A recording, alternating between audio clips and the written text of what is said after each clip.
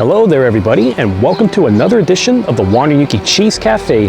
I am coming to you on Monday, April 14th, 2025, and I'm still on vacation, so I still got a lot of sunshine, a lot of warmth, and plenty of time to get some new recording as inspiration hits. Now, when you look back at some of my other videos over the last little while, I think it's pretty clear that I always tend to go back to Rosemont and the Plateau Montreal whenever I'm doing my wanders, but there's an obvious reason for that. If you go around that general area, especially around Saint Laurent Boulevard, it is pretty central and easily walkable whenever you're going to be doing some rounds to find new bars, restaurants, cafes, and etc. Like you go on one block, you'll probably find a dozen cafes alone you could choose from.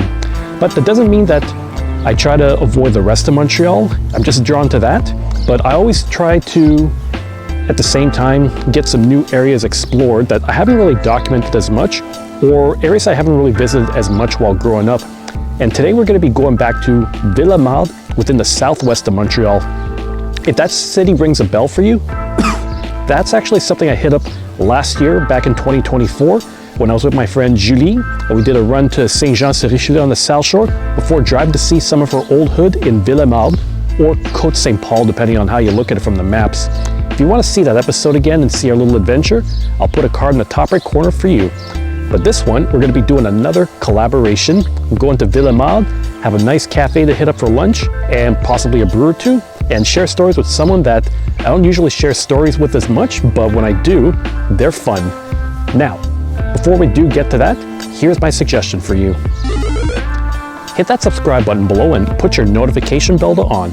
That way, if there's a new video ready to view, you're going to get a pop-up on your phone. And at the same time, give me a thumbs up, because the more likes, the more comments that I get on these videos, you're actually helping me a lot more because the algorithm on YouTube picks those up a lot. So it means that everyone around the world is going to be watching me. Well, except Russia, but we're not going to count that. But anyways, on with the show.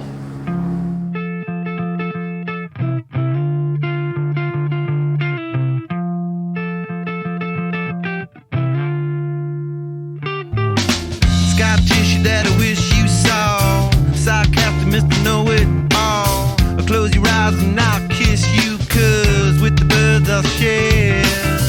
With the birds I'll share this lonely view. And with the birds I'll share this lonely view. And push me up against the wall, young tuck girl in a push-up bra. I'm falling all over myself to lift your heart and taste your heel, 'cause with the birds I'll share this lonely.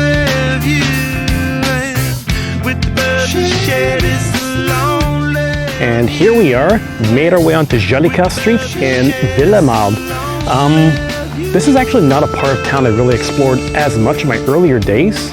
I would say that at most in my young adult years, there was a time when, since I had the freedom to travel around, that I would just be hopping along on a random subway station and seeing what each of the areas look like, and saying I've been to all of them. And some of them on the far east end, like I would say the Honoré Beaugrand terminus, or even the Angrignon terminus on the west side here, were the ones that intrigued me the most, and try to look to see what was around most of this neighborhood. Now, as far as I could see for this part of Ville Émard, it looks like it's very quiet and residential with, honest to God, standalone homes, very similar to the ones I saw around the Mercier area. I guess when I'm looking around central Montreal, I'm always expecting to see those typical row housings that are stacked up.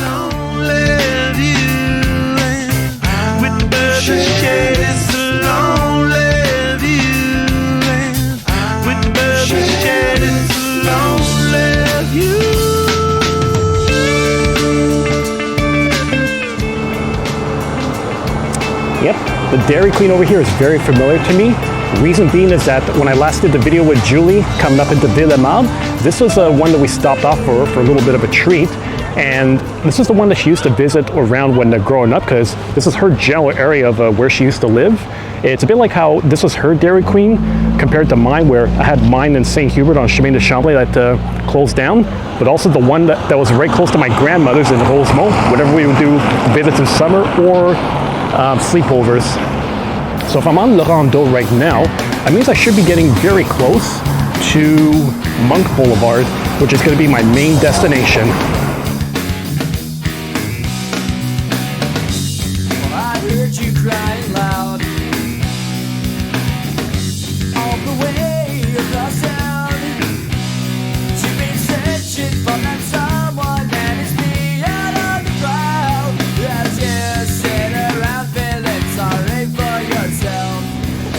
I look at this restaurant and I see Green Stop, and my mind always goes to Green Spots that's along Notre Dame West. But here I am along Monk Boulevard at last. So just like how Fleury Street and the Huntsic and Masson and Rosemont are their commercial arteries, this is kind of like a main business area for the district, where you can find a whole bunch of shops, restaurants, cafes, including the one I'm going to be hitting up very soon today. If I remember my geography correct too, if I was to continue north or west, I don't know about my direction from here, but if I went continuing along Jolicoeur here, that would eventually morph into Newman Boulevard, which would bring me into LaSalle and close to the mall Carrefour-Angrignon, which is one of the few things I remember from this part of the neighborhood in my pre-wandering days. But I feel like that could be covered later on in another episode. I'm going to take some time to just explore around here and see if I can find anything interesting.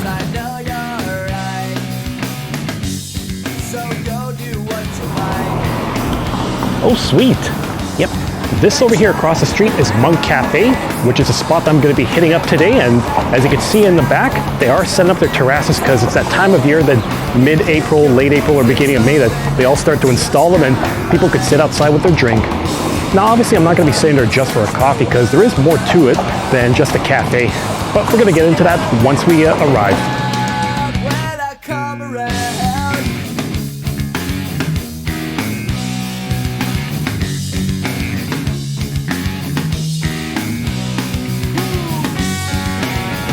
Burning Monk tattoo. And I guess if anyone wants to see a burning monk, then go for it.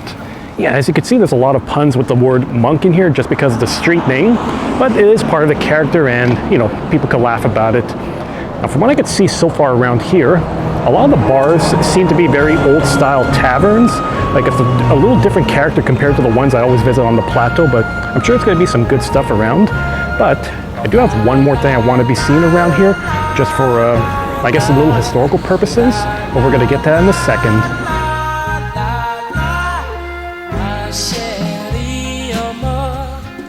Lovely as a summer day, my chérie Émard, distant as the Milky Way. My chérie Émard. Here we are. One point of interest I wanted to show off. I remember if I was to think back to memories of my mom, she always said that she was a huge fan of Delalo Burger from ages and ages ago. Apparently there were a lot more than back in the time, but there are only 3 of them that I know of now. There's one on Jean Talon Street East close to Papineau that I've been to in the past. If you're in the suburbs, like off island, there's St. Catherine has one. And there's this one over here on Allard Street, not far from Monk. And this is the original location, like the very first one that was opened up back in 1929. So yeah, I guess one of these days I could come here and maybe see what the burger is like again. Because I did have it in the past. It was mostly like a plain, ordinary, but very simple, basic burger. Like just what you would need to fill you up. Oh yeah, and they also had some draft beer at the time when I came here, or at least to the Jean Talon one. I don't know, one of these days I'll document either of these locations. But right now it's getting kind of late and I should be heading to Monk's Cafe very soon. I just thought take some extra time to document it. The centuries are what it meant to me. A cemetery where I married the sea. A stranger thing that never changed my mind. I gotta take it on the other side. Take it on the other side. Take it on. Take it on.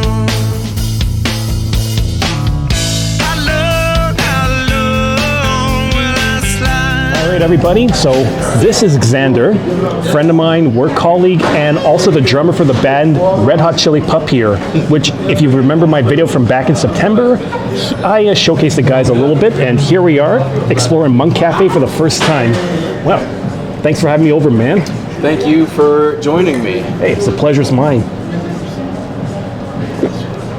Yeah, so what made you get introduced to this spot? Because you look around you don't see too many of these style, taverns, types of buvettes. Most of it's like old style beers. So basically, this is my hood. I live around like maybe a 10-minute walk from here.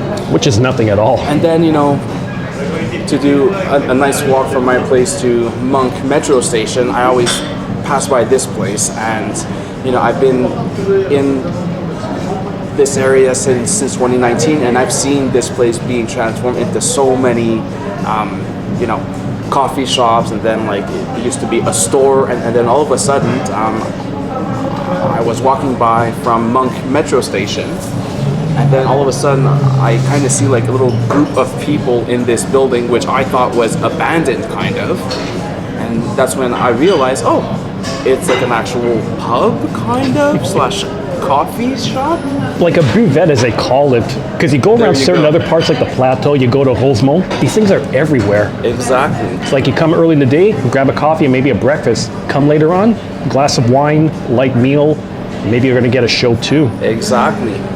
And I just felt one night I was just due to get out of my condo, and I just instantly fell in love with this place. Very hipster-esque. Which again is a far cry from all the other taverns I've seen on the street. Exactly. Because look, because when you look, it's all local West Shepherd stuff from Bromo. Actually, they also have a tap room over on the Plateau Montreal, so they're kind of everywhere. 100%. But yeah, and just ever since then, it's been my go-to spot. And we have been here once before. I know, but I haven't documented it. I got to get your permission first. 100%. If I have to subject people to vlogs, I always got to get their consent. Well, yeah, that's common courtesy right there. Because some people, you pull out a camcorder, they're just going to dive for the wall or the plants. Or maybe that plant behind there.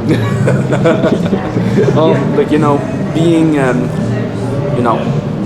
on stage and playing drums, and most of my shows, they're filmed anyway, so So you got to get used to being filmed and on camera. I guess that I already am. Yeah, I guess. Well, I mean, I was filming your performance too, right? There you go. Yeah. Yeah. Especially with this project, what I really like about it is that everything is documented, right? And it's even more special to have someone like you, taking a clip here and there. It's just like a fantastic way to keep busy, to kind of get rid of this camera shyness. I am very camera shy. Okay, you have it documented too.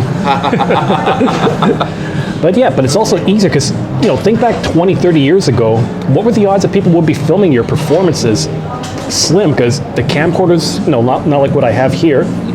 They were bigger, you had to put a giant ass VHS into it, and it was always cumbersome to carry around, 100%. Also cell phones too, because everybody uses their cell phone for everything.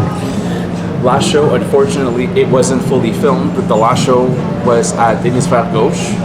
Oh yeah, that's like close to, that's Beaubien, isn't it? Exactly, yeah. My home away from home. It's this spot that is down in Montreal Legend, actually. And funny enough, I've played there maybe 4 or 5 times, and I've always had a bit of a disdain for that place. It's small. The sound usually isn't that great, but the very last show was the first show not being professionally filmed. Hence, most of the footage that we have comes from cell phones, from folks that actually came to see us. So it's very, very, very candid. Yeah. Very candid, but the sound was great. The lighting even was very good, and that really impressed me right there. I never really think much about lighting at these gigs. Yeah. It's always, is the sound good rather than the lights? Well, then again, being the drummer and no one sees me usually, lighting is definitely top of my list other than sound. But then, if it's very dim, shouldn't you just put on glow-in-the-dark makeup? Because then it would stand out. Well, the show that you came to see, my full suit was in red, right? Bright red. You chose it intentionally, didn't you? Exactly. Though for the last show, I was wearing purple from top to bottom, and purple and light together, it can sometimes be a little bit too dark, right? Right. If it's not like a very neon purple, then it's going to be tough to see. Exactly that.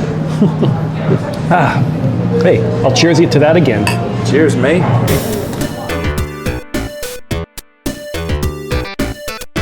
All right, so despite the fact that I am coming out for lunch, oh, hang on, let me just adjust this. There we go. So, Alexander, I want to make sure that they get a bit of a view of you and not just backspace of me. There. Yeah, very good call. I think so. So it's not very often I do a breakfast out.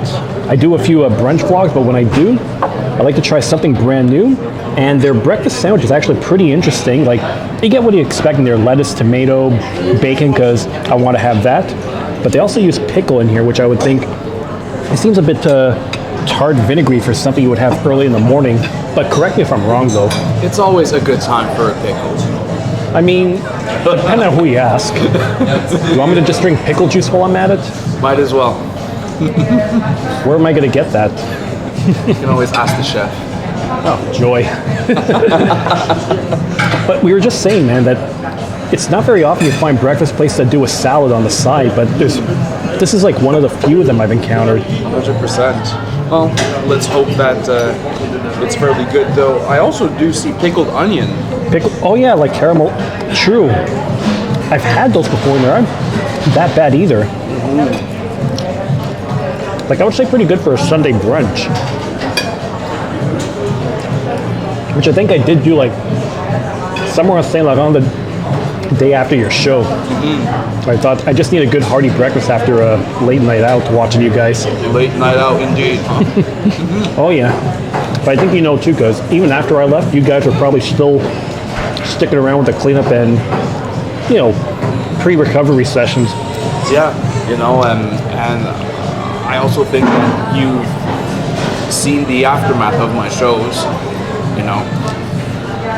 It takes me around a week and a half to actually recover from them. You've alluded to that a few times. Yeah. But I mean, like, taking a day off if you're working at the office, you know, that's one thing, but I didn't realize it took a full week before you're finally feeling like yourself again. Oh yeah, I mean, absolutely. My usual bedtime, as we very well know, is very early, right? I am a very early sleeper. And to have your week, you know, bed by 8 p.m., 8:30, sometimes even 9, and then bedtime at 4:30 a.m. Yeah, that's like a young man's game. Or if you're a bartender. Yeah, young man's game, and I am no longer 20. No. If you're saying you're no longer 20, then how do you think I feel? 'Cause, well, remember, dude, I'm approaching 40 in the 2 months from now. There you go, okay. Approaching 40. Oh yeah, I'm going to be turning 40 at the end of May. And how does that feel? Do you really want me to get philosophical about that? Go ahead. Oh boy. I feel like this is more of an off-camera thing to talk about. Well then, if that's the case, let's skip. We'll be right back after these messages.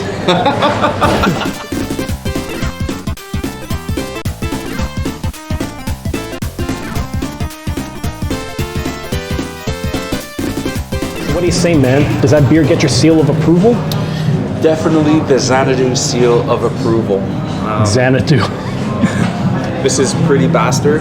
Oh yeah, the one from West Shefford I told you about like probably 2 years ago. The one that you've been talking to me about for the longest time. And honestly, I am beyond surprised. This is essentially like a glass of coffee meets a glass of Guinness meets the elixir of the gods. Elixir of the gods? Elixir of the gods. I've never milked a god before. Actually, I don't even want to know what that means. Well, I mean, if you ever did, I'm pretty sure that it would taste exactly like this.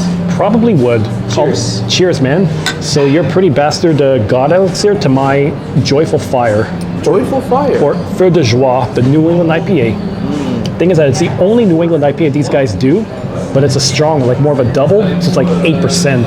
Oh wow, it's a big boy beer. It is. It's like one of those Belgian or European beers that you don't want to fuck around with. Yeah, I mean, I think this is, 5.5%. Something like that.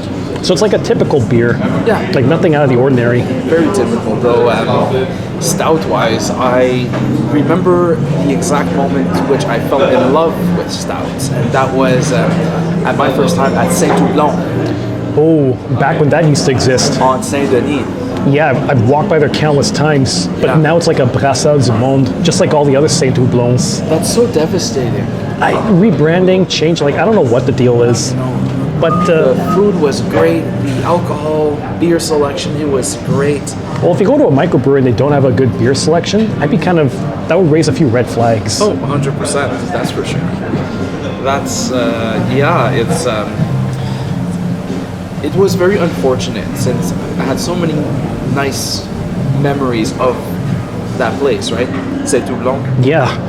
That would be like if one of my pubs start to close down. Yeah. Like, heaven forbid, Nacho Libre, Ile de Garde, the Reservoir, or the millions and millions of pubs I cover on the channel. So that was your first stout? My first stout, it was an imperial stout. Oof.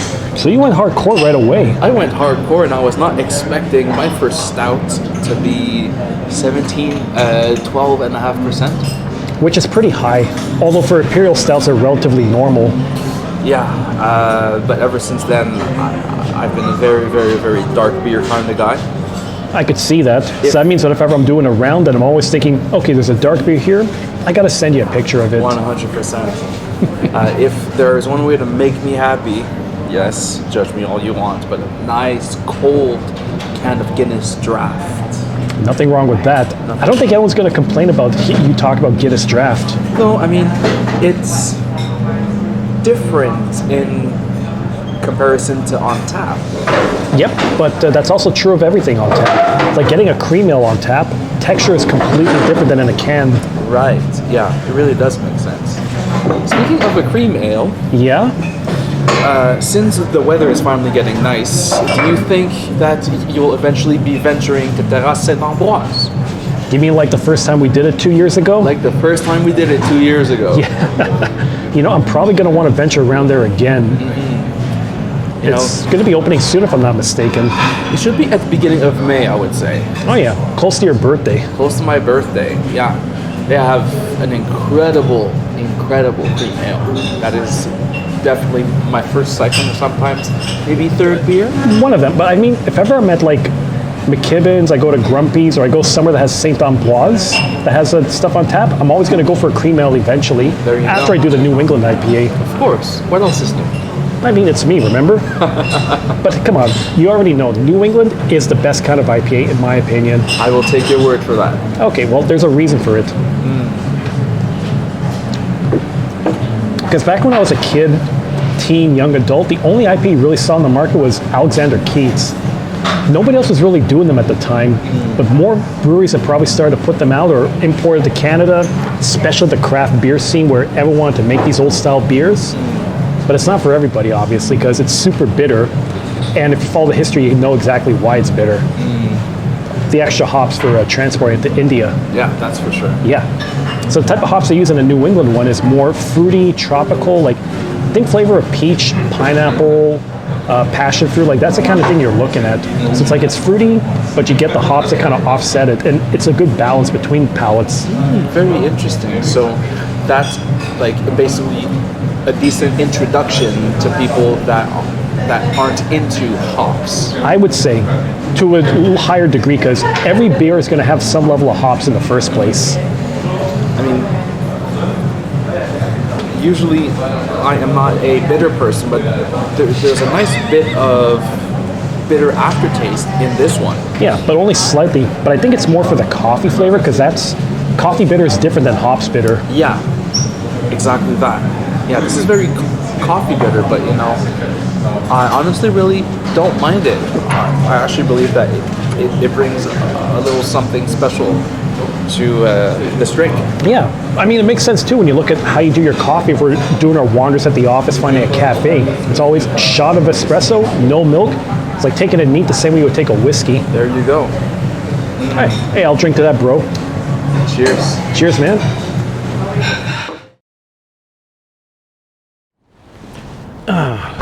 Well, overall, great meal, great 2 brews, but I know I'm gonna need to take a walk and find myself a little coffee around here, just to give myself a booster before I head on home. Luckily, there seems to be a good spot around here that I was told about, so let's see how much further it's gonna be. There you are. Sorry, I'm just trying to get the intermission recorded. Intermission. Yeah, just saying great food, great beers, and probably need a coffee to kind of walk it off. Did you say coffee? Yeah, well, you were talking about it, right? Oh, absolutely. Yeah. Let's Yeah. do coffee. Of course. So, Shall we? I think so.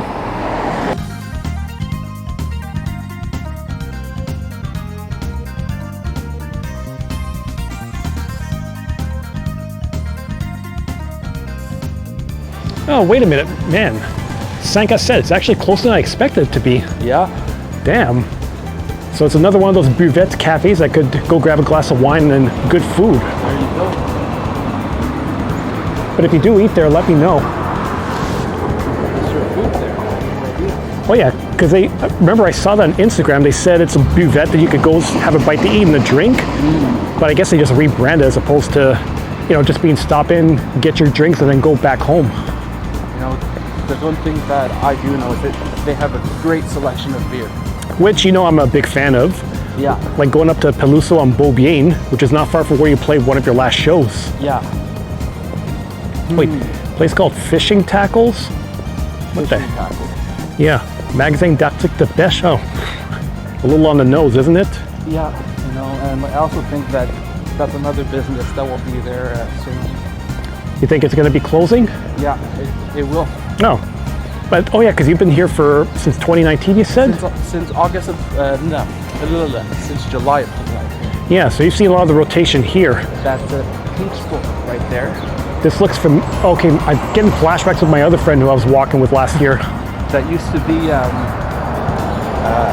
local skincare / gothic store. Skincare and Gothic? Skincare, gothic. So you're going to be pale and probably dressed in the black makeup? Well, this girl, she, I admire her so much. During COVID, she was bored and she wanted to make some extra money. Okay. So as a side hustle, she would make handcrafted candles and skincare products. Oh, nice. And she actually got to the point where she had her own shop. Right, so she could run her own business then with her artwork. Exactly that. And it's very unfortunate, but she had to close down due to the taxes and just the lack of these business. Ah, the taxes. The taxes. Gotta love Quebec. Well, I was thinking of a Simpsons reference where you hear in the background saying the finger thing means the taxes, which you would only pick up on if you're listening to it deeply. Yeah, for sure. But still, it's just a shame that it closed down. Yeah, it's a big shame because her stuff was like incredible, and being a very big advocate of small businesses. Oh yeah, support local and all that. 100% support local. Yeah, I know. It's best to feed someone you know than to feed the pockets of someone you don't. Yeah, like Ronald McDonald, who, he could go fly a kite for all I care. But you already know my feelings about that. Oh yes, the crazy clown. Yeah, but all that to say is this is all the stuff you've seen change in the few years you've been here. Imagine if you're in St. Hubert like me, where you see it change over decades. Yeah, that's for sure.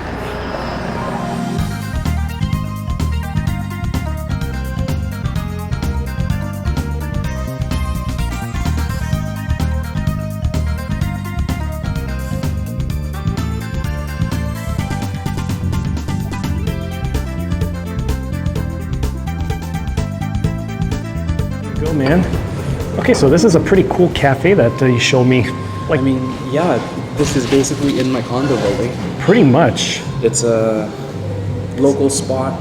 It's always been great coffee, but the banh mi have been incredible. Right, because you said it's a Vietnamese place, if I'm not mistaken. Yes, exactly. It's it has to be by far my favorite type of sandwich, the banh mi. If you haven't had a banh mi yet, please do. It will change your life. Change your life? Change your life, absolutely. So having one of those will bring you to nirvana? You have the crispy yet soft French roll. You also have the pickles like that are there. It could be the pickled radish, pickled carrot. If you like Lebanese, it's also pickled turnip. Yeah, exactly. You have the sweet and sour chicken or pork or even tofu. Just all of it together, it is just, my rule of thumb is texture over taste, but this is both texture and taste. I think we've had this debate before. Yes. One of my favorite things to watch, especially when it comes to background noise, are cooking shows. Which is a pretty informative, because knowing how to cook also, 100%. everyone's going to love you for that. And there is one chef that I really, really, really enjoy, Josh Weissman. Him I'm not familiar with, because I'm only going by thinking about stuff that I saw my mom watch years ago, or, you know, hearing about Anthony Bourdain or, you know, all the other big chefs from the last Let me decade. guess. Julia Childs? You're right, actually. Julia Childs. Back when the French cooking was not really a thing in the 1970s. Like, she brought it to the mainstream to North America. But yeah. So yeah, I mean, all to say that this is a spot that like I will always support whenever I can. It's local. It's in my actual condo building, so I have zero excuses to visit. It's not like you have a McDonald's close by that you're going to go to instead just because of the price. Exactly. And when it comes to location, we are right next to the canal. That's true, because you got the Lachine Canal just right across the street from here, and you get a pretty good view of the oratory, the highways. I think you can see the Turcotte interchange from here. Yes, you do. Which, I guess it's not really a tourist area, but whatever. It does exist, and we got to face that reality. Yeah. But yeah, it's a cool spot. And again, one thing I remember is that Vietnamese coffee has a bit of a different flavor just because of the type of beans they use. Exactly. Like, I think it's Robusta as opposed to Arabica, if I'm not mistaken. So I'm just going by with what some random barista at Point St. Charles told me years ago. Hey, I approve, bro. You approve? Of course. Fantastic. Yep. We may be on vacation, but we're still finding cafes right now. You know, we need to have our usual afternoon coffee. The midweek one to kind of ease into things. You know, it's like a bit later than our usual time, but you know, it's still our weekly coffee. Oh yeah, but then again, there's that saying, better late than never, which hits even more when you get older. Better late than never, yeah.